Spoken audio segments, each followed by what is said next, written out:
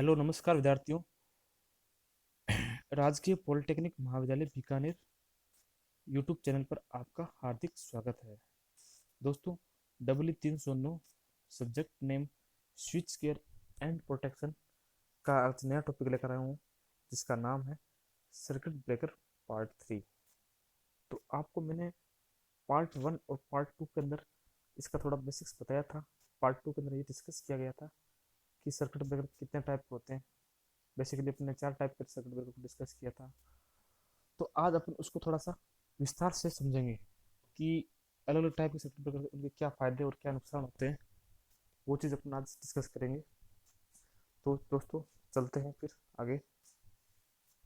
दोस्तों, आपको पुराने जो लेक्चर है वो देखने के लिए आप मेरे जो वीडियो दे रखा है, वीडियो जो इसके नीचे लिंक दे रखा है, उस लिंक पर आप जा सकते हो, जिसमें सर्किट ब्रेकर पार्ट 1 का और पार्ट 2 का डिस्क्रिप्शन दे रखा है, लिंक दे रखा है।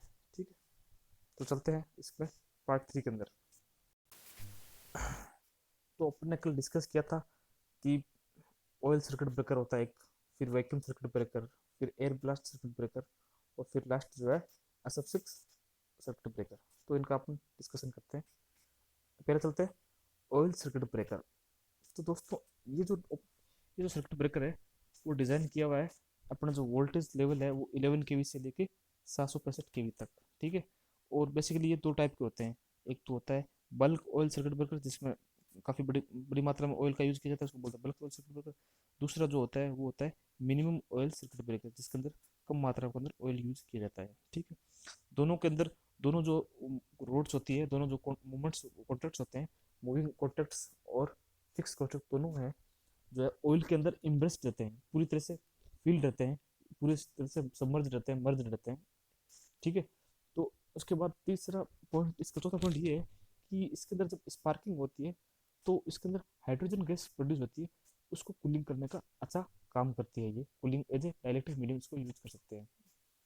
ठीक है, उसके बाद अपन देख सकते हैं it is act lies a good dielectric and medium to quench the arc. ये अपन डिस्कस कर सकते हैं।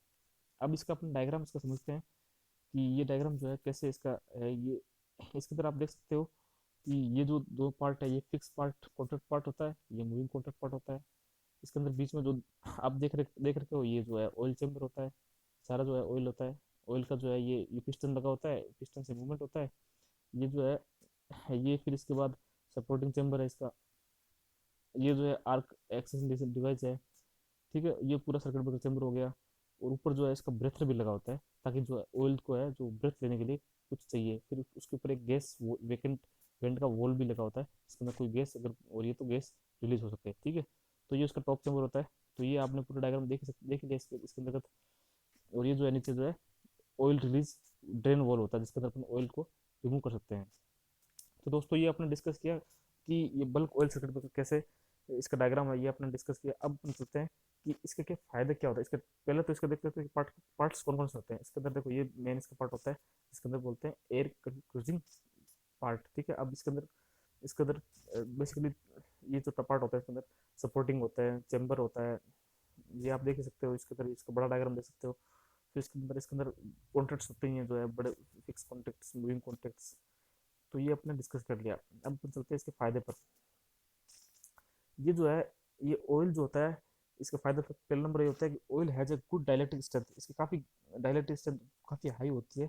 तो ये हमेशा यूज किया जाता है। अपन ट्रांसफार्मर के अंदर भी ऑयल यूज करते हैं इंसुलेटिंग मटेरियल के तौर पर, और कूलिंग के लिए भी यूज करते हैं। दूसरा होता है इसका कॉस्ट बहुत कम होती है, क्योंकि अपना जो ऑयल होता है काफ़ी प्रचुर मात्रा में मिल जाता है, तो ये थोड़ा सा सस्ता होता है। तीसरा जो होता है, ये इजीली अवेलेबल होता है, मतलब इसको इजीली कहीं से भी ले सकते हैं। ठीक है, it it has wise range of, इसकी कैपेसिटी अच्छी होती है, क्योंकि ये अपन अपने ऊपर देखा था कि ये जो है काफ़ी कम वोल्टेज से लेकर हाई वोल्टेज तक इसको अपन यूज कर सकते हैं। ठीक है, उसके बाद अपन बात करते हैं कि डिसएडवांटेज क्या होता है।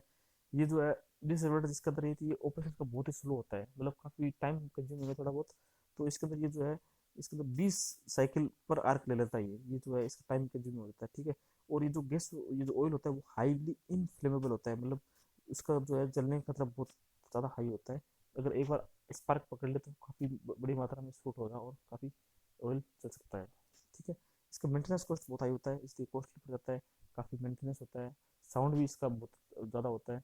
तो ये कई अभी जो है इसका नॉर्मली अपन इसका यूज कम करना स्टार्ट कर दिया है। ठीक है, अब अपन चलते हैं अगला, ये होता है वैक्यूम सर्किट ब्रेकर। तो दोस्तों वैक्यूम सर्किट ब्रेकर क्या होता है, इसके अंदर कुछ कोई भी मीडियम नहीं होता, डाइलेक्ट्रिक मीडियम, सिर्फ वैक्यूम होती है। वैक्यूम मतलब उसके अंदर कुछ भी नहीं है। तो ये इसका पहला पॉइंट अपन देखते हैं, ये इसका साइड में इसका डायग्राम दे रखा है, आप स्क्रीन पर देख सकते हो।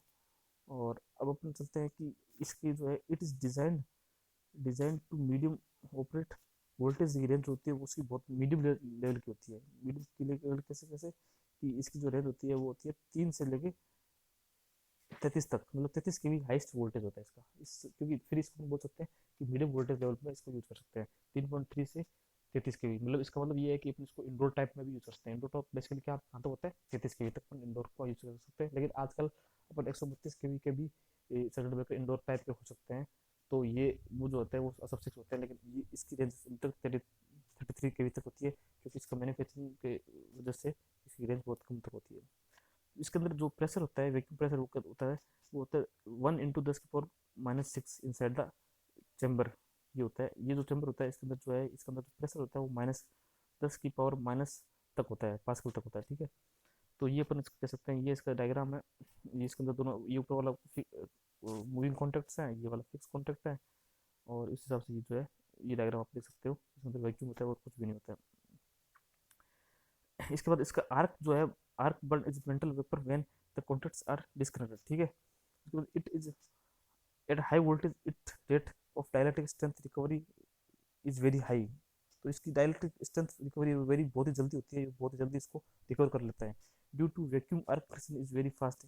इसकी जो है आर्क की जो खत्म करने की कैपेसिटी है वो बहुत ही फास्ट होती है, तुरंत उसको क्या है कि खत्म कर देता है, तुरंत जलने ही नहीं देता, उससे पहले इसको खत्म हो जाता है। तो इसकी स्पीड बहुत फास्ट होती है। और फिर इसके बाद क्या होता है कि ये जो है इसकी स्पीड फास्ट होने की वजह से ये काफ़ी जल्दी ऑपरेट करता है। तो ये अपन कह सकते हैं, ये इसका अपन डायग्राम देख ही लिया आपने। अब हम चलते हैं इसके फायदे पर। इसका फायदा क्या होता है, ये जो है फायदा इसके ये होता है कि ये एक तो क्या है कि हजार्ड से फ्री होता है, आर्क्स और हजार्ड इसके अंदर बहुत कम मात्रा में हजार्ड्स या फिर आर्क आर्क बहुत कम टाइम के लिए प्रोड्यूस होती है, जिसको तुरंत ये जो वैक्यूम के माध्यम से इसको क्वेंच कर देता है। दूसरा इसका क्या है कि मेंटेनेंस कॉस्ट बहुत ही कम होती है, क्योंकि ये जो है ये बिल्कुल ही साउंड भी कम करता है और बहुत ही लो मेंटेनेंस कॉस्ट, मतलब एक बार इसको स्टेबलिश कर दिया, ये काफ़ी लंबा टाइम तक चलता रहता है। इसको ज़्यादा इसको मेंटेनेंस कॉस्ट की जरूरत नहीं पड़ती है, मेंटेनेंस करने की जरूरत नहीं पड़ती, क्योंकि इसके अंदर एक जो वो अंदर एक सिलेंडर लगा होता है, वैक्यूम सिलेंडर।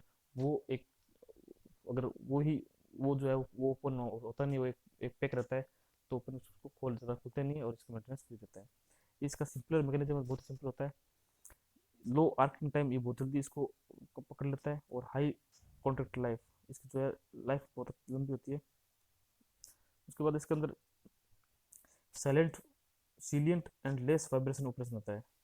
इसका मतलब ये होता है कि ये बहुत ही साउंड कम करता है और वाइब्रेशन भी बहुत कम करता है, ये काफ़ी इजीली ये तुमको उसको ऑपरेट कर सकता है। और इसके अंदर वैक्यूम जो कॉन्टैक्ट ओपन कोरोजिव, जो इसके अंदर वैक्यूम जो कॉन्टैक्ट्स होते हैं वो कोरोजिव नहीं होते, क्योंकि इसके अंदर वैक्यूम होता है, तो कुछ भी इसके अंदर कुछ पार्ट कोरोजिव नहीं होता है। ठीक है, तो ये अपने इसके एडवांटेज हो गए। इसके डिसएडवांटेज क्या होते हैं, डिसएडवांटेज ये होता है कि इसकी इनिशियल कॉस्ट काफ़ी हाई होती है। ठीक है, तो क्योंकि वैक्यूम बनाने में काफ़ी अच्छी टेक्निक चाहिए, और वो जो है वो उसके लिए कॉस्ट बढ़ा देती है।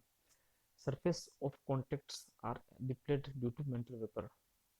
ठीक है, इसकी जो है सरफेस जो है मेंटल डिप्लेट कर देती है मेंटल वेपर द्वारा। ठीक है, high cost and size required high voltage breaker.